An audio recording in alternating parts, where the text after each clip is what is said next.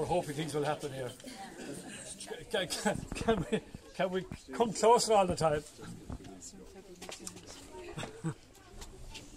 No. Shane Taff, I'm not going to fall. You're waiting for it. Those two rogues at the back, not alone are they past pupils, but they're cousins as well. And we won't go into that. You passed the Crystal Ballroom. It's now the Crystal Bar. Doon had its own, and you know, it wasn't just any old ballroom. It was a Crystal Ballroom. It wasn't any old cinema. It was a capital cinema. So Doon had his own ballroom there, just where we passed that. And also the shows went on here. Because not alone did you have your dances, and not alone did you have your cinema, but it was a hive of activity. You had actually plays going on there. And I have fortunately a number of old souvenirs of actual plays that were performed in the 1940s and the 1950s.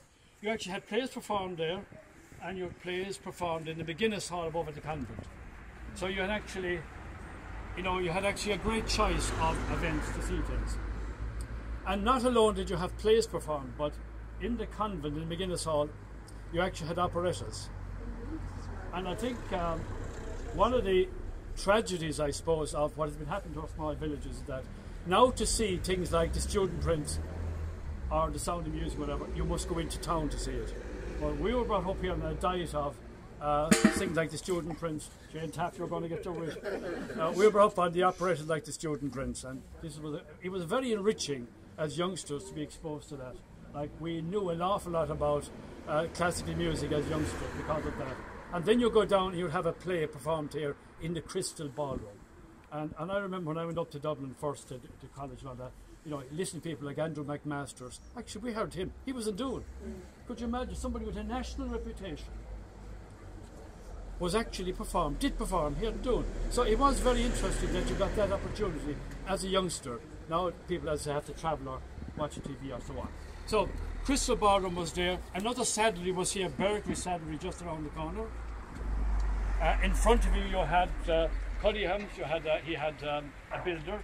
That was Martin's shop in front of us, and I have a nice photograph here of Martin's shop. I hope all those photographs are on their way back, because it will be very embarrassing. You have to do what I said afterwards. And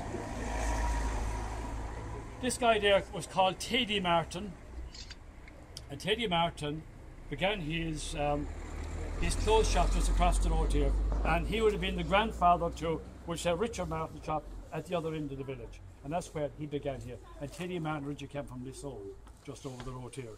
And what you had actually in the 1920s, 30s was a lot of migration into the village.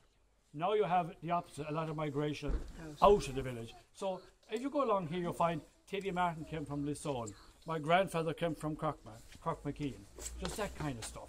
My father came from Cappamore. I all have a difficulty with that, trying to live it down. Patsy Coffey is smiling now. My uncle Pierce was a born and bred Cappamore man. He used to pretend to be a Doon man, but he was really heart and soul in Cappamore. And sometimes he'd ask me to take him to a match, and I used to do a little bit of refereeing in my time. And if I refereed a match between Cappamore and, say, South Liberties, if Cappamore won, he'd want me to stop in the wires passing through to meet some of his old friends. He wouldn't be embarrassed. But if Cappamore lost, and if I had anything to do with it, which referees don't, as Patsy would tell you, he would pass to say, "We won't go into the wires today." He'd say nothing as I got to do it. He'd get out of the car and he'd say to me, "You were very hard on your father's people today." That's Teddy Martin's there, and he had that shop across the way here. And later on then, they moved down. You just think about the amount of migration in. This was a hive of activity. You had hardware going on, you had drapery going on, you had clothes being sold, and so on and so forth. Right beside you had a butcher stall. You go up to Kelly's, which was Tracy's, there was a pub there. And then you go to where the pharmacy is, just see what Doon Pharmacy is there. And for a very short time in the 1920s, Doon actually had 2 chemist shops. It's just not a little village, it's a town. But funny enough, one of them is called a chemist shop, and one is called a pharmacy. And I've asked quite a lot of people, can they make a distinction between them? And I think the only answer I came up with was, one, you had to pay cash up front and there was no debate about it. The other got a little bit of credit. If that's true or not, I don't know. But there was a pharmacy up there, and this one there, the chemist there had a reputation which came down to recent times. His name was Such, S-U-C-H-E. Such was the pharmacist over there, or the chemist, and he's mentioned in the 1901 as being an apprentice above in Dunleary, and he's down here then 10 years later running his own shop. Now, what's also interesting is there was another, there was a vibrancy as well around the, you might call the religious persuasions of people, because what you had was quite a substantial Church of Ireland population in the village and in the town at the time. And he was one of them. He's actually listed as being Presbyterian, and he was here in 1911. And he was the guy that was buying the pots and the veils from Nick Carey. He wasn't obviously buying other items like to do with farming and so on and so forth. Okay? And that building was also previously owned by a family called O'Dwyer's.